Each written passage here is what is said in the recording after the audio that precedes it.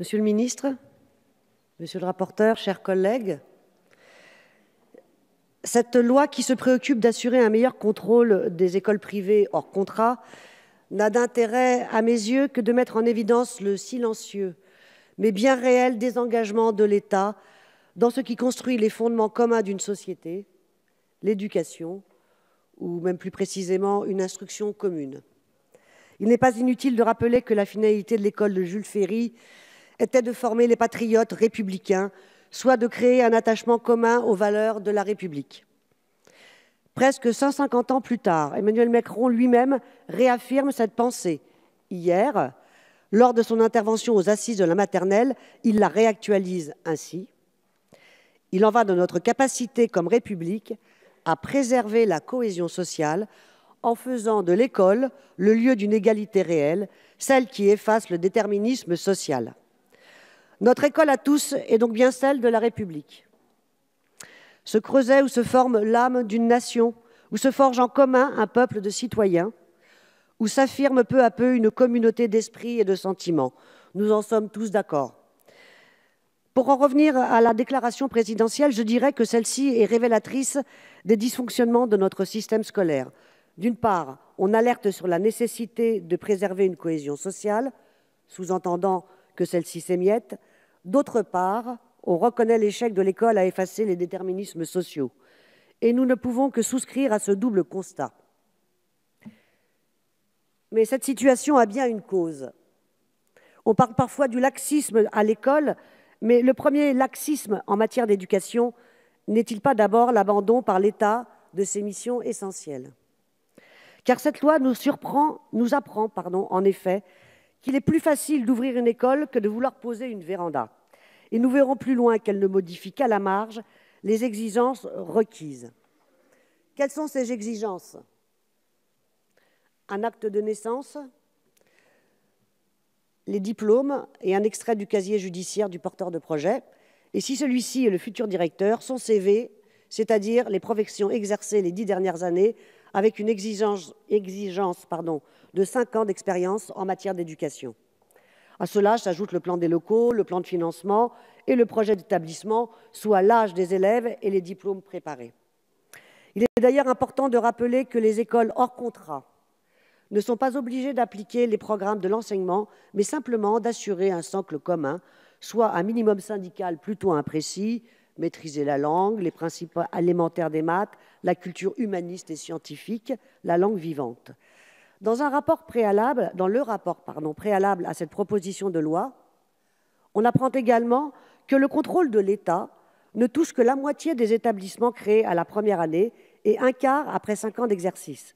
On y apprend aussi qu'un quart des contrôles effectués relèvent des manquements comme l'occultation ou l'interprétation de certains pans du savoir en histoire, en géographie, en sciences, en arts, ou encore l'absence de preuves d'enseignement scolaire et l'absence de développement de certaines compétences.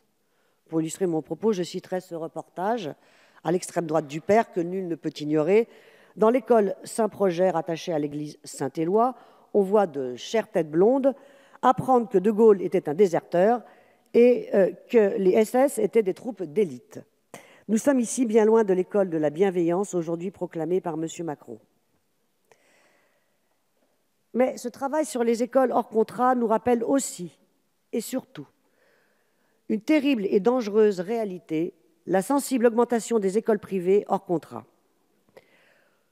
Plus 60% en 7 ans, avec une croissance exponentielle ces 3 dernières années, plus 344 de 2014 à 2017, contre plus 163 de 2010 à 2014.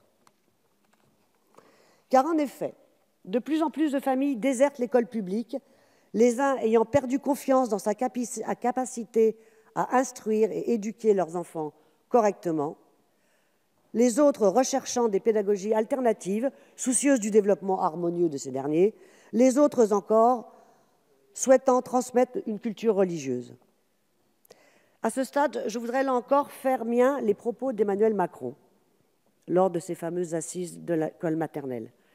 Le destin de notre pays s'est formé, gravé dans notre système éducatif qui en est le miroir. Je souscris là encore à ces propos. Notre système éducatif est véritablement à l'image de la société d'aujourd'hui. Une société non pas diverse dans ses approches, mais fragmentée. Fragmentée sur des critères religieux. 45% des effectifs des 73 000 élèves en école hors contrat sont dans un établissement confessionnel. Fragmentée culturellement et socialement. Les familles disposant de bagages culturels et ou d'argent, orientant leurs enfants dans des écoles pouvant coûter entre 5 000 à 10 000 euros par an. Et même fragmentée en fonction du genre. Certaines écoles proposant des contenus pédagogiques ayant des fondements clairement sexistes. Certes, ces écoles ne concernent que 0,5% d'élèves scolarisés. Mais comment parler encore de cohésion et de mixité sociale dans ce système éducatif? Comment parler de cohésion et de mixité quand, par ailleurs, la dernière réforme, celle du lycée public, enfonce encore plus le clou de l'autonomie des établissements, remet en cause le caractère national du bac, organise des parcours individualisés de connaissances, réduisant au minimum le socle commun. C'est là que du constat partagé à la solution concrète, il y a bien du chemin. Et en politique, c'est comme en amour, seule l'épreuve compte. Je comprends d'autant mieux l'intérêt du président pour le service national, créer une mixité, une cohésion nationale autour des valeurs de la République, quand le système éducatif échoue à le faire. Mais malgré la contradiction que je pointe entre les réformes en cours et les beaux discours présidentiels, je m'y réfère une dernière fois. Quand on parle d'éducation, dit-il, il y a toujours quelque chose d'éminemment politique. Et en effet, chers collègues. Mais quelle est cette politique? C'est une politique libérale qui n'a de vision pour l'école que celle dictée par la Commission européenne et son obsession austéritaire.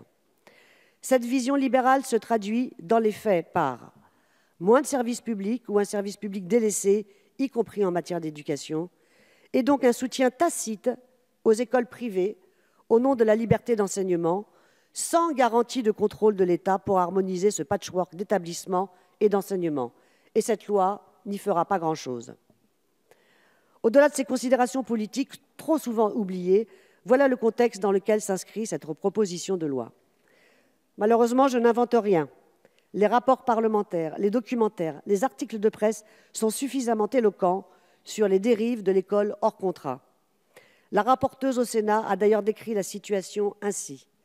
Face à des phénomènes de radicalisation religieuse, de sectarisme, d'amateurisme ou d'insuffisance pédagogique, l'inadéquation et la dangerosité des dispositions actuelles sont patentes.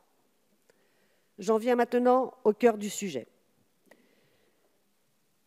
Monsieur le ministre, monsieur le rapporteur, au vu de cette situation, je m'interroge sur ce qu'apporte votre texte pour solutionner de manière concrète la crise structurelle que traverse notre école et qui se manifeste dans toute son ampleur dans les écoles privées hors contrat.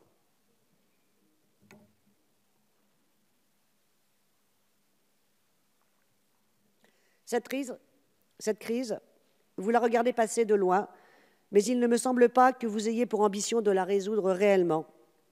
Véritable pis-aller, ce texte, dont se contente la majorité, nous fait penser, nous, à un pansement sur une fracture ouverte. On me répondra que ce texte va dans le bon sens, que c'est un pied dans la porte, qu'il est le fruit d'un équilibre subtil entre liberté d'enseignement et contrôle de l'État. Pendant ce temps, des générations d'enfants ne seront pas armés du même savoir que les autres, rompant ainsi ouvertement le principe constitutionnel d'égal accès à l'instruction que contient le préambule de 1946. Car sans contrôle a priori, nous n'avons aucune garantie que 100% des établissements feront l'objet d'un suivi et seront à l'abri de pratiques pédagogiques dangereuses. À moins que vous le considériez peut-être que nous pouvons nous permettre quelques erreurs en matière d'éducation de nos enfants. Mes chers collègues, vous le savez, nous sommes opposés par principe aux écoles privées hors contrat. Pourtant, nous savons aussi être constructifs, car nous vous proposons aujourd'hui des amendements qui vous aideraient à mettre réellement en œuvre les avancées que vous prenez. Premièrement, nous vous proposons un régime d'autorisation préalable et non plus un régime déclaratif. Dans ce régime, c'est à l'établissement de transmettre le nom des enseignants qui interviennent dans leur établissement. Si vos craintes sont juridiques, ne vous inquiétez pas. Quand en 2017, le Conseil constitutionnel a retoqué cette disposition, ce n'était que pour une raison de forme et non de fond, le Parlement ayant alors donné une trop grande latitude au gouvernement pour légiférer par ordonnance. Mais aujourd'hui, nous pouvons, nous, parlementaires, légiférer directement sur cette autorisation préalable. Sous cette forme, cette disposition passera, à n'en pas douter, le contrôle des 9 sages. Si vos craintes sont financières, oubliez-les. Le contrôle, a priori, réduit de façon considérable les contrôles de l'inspection académique. Cela permettra d'empêcher la prolifération de situations dangereuses que les personnels académiques ne peuvent empêcher, faute de nombre suffisant face au foisonnement d'écoles. Plus 6 000 élèves en 4 ans dans la simple Académie de Versailles. La présente proposition de loi prend elle-même acte de la soi-disant impossibilité d'augmenter considérablement ces contrôles académiques, ce qui évidemment nous surprend quand au même moment le gouvernement annonce renforcer le contrôle des chômeurs, mais c'est un fait. Ensuite, si vous n'êtes toujours pas d'accord avec ce régime d'autorisation préalable, nous vous proposons un moyen de droit efficace pour s'assurer du contrôle de toutes les écoles. Il suffit d'engager la responsabilité de l'ECA en cas de manquement aux obligations de contrôle prévues dans cette proposition de loi. Ainsi, vous pouvez être certain que le gouvernement fera de bons choix budgétaires en augmentant le nombre d'inspecteurs académiques. Vous voyez, nous n'avons peut-être pas le monopole du cœur, mais vous n'avez pas le monopole du pragmatisme. Et parce que nous avons la triste habitude que nos amendements de proposition connaissent la sempiternelle sentence du rejet, nous ne pouvons que porter une motion de rejet d'un texte qui ne se donne pas les moyens de sa propre ambition. La commission dont je suis membre aura très bientôt à examiner le projet de loi sur les fake news. Ces écoles hors contrat ne contribueraient-elles pas à augmenter le nombre de destinataires de fausses nouvelles? Ne serait-il plus efficace de traiter le problème à la racine? Personne ne peut affirmer que tout est parfait dans notre école publique, certes. C'est pourquoi certains parents sont séduits par les écoles privées hors contrat qui proposent d'autres formes de pédagogie. Nous ne les remettons pas en cause. Au contraire, la démocratisation de l'école et l'augmentation du nombre d'élèves ne permettent plus une pédagogie uniformisée. Nous pensons même que l'éducation nationale doit intégrer ces façons alternatives d'enseigner à la palette pédagogique classique de nos enseignants.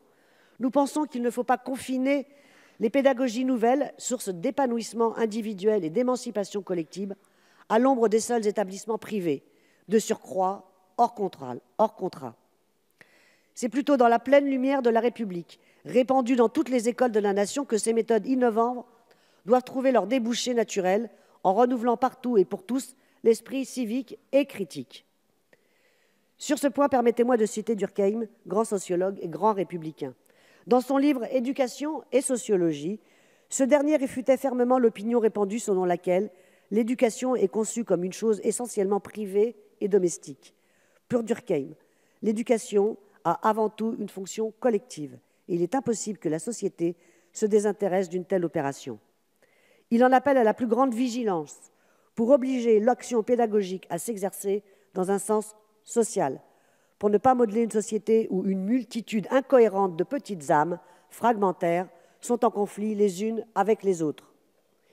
Il est également du devoir du législateur de toujours garder en mémoire que l'enseignement ne se réduit pas à un ensemble de connaissances, de compétences, tout juste bonnes à être mobilisées demain sur le marché du travail.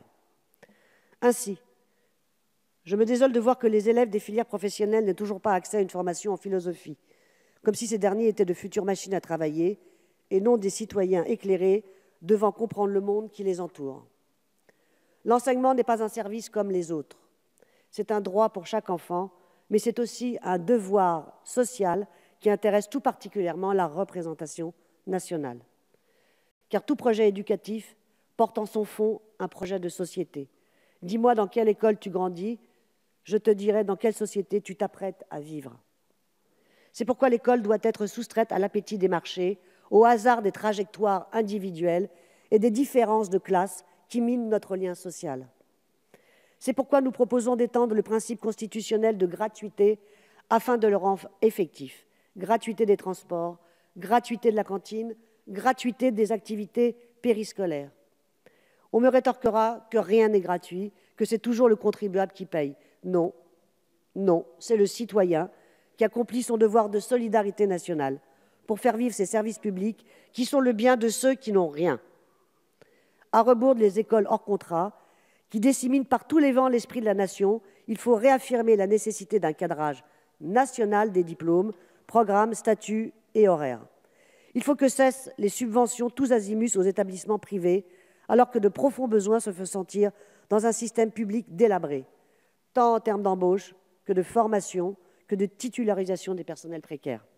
Il faut allonger la durée de l'enseignement obligatoire de 3 à 18 ans et nous nous félicitons sur ce point des récentes déclarations du Président de la République. Dès 3 ans, car c'est dès la petite enfance que se forment et se creusent les inégalités qui détermineront ensuite un parcours de vie. Jusqu'à 18 ans, car nous devons avoir pour objectif de constituer un socle commun suffisant qui rende compte des besoins du futur citoyen pour se déterminer librement.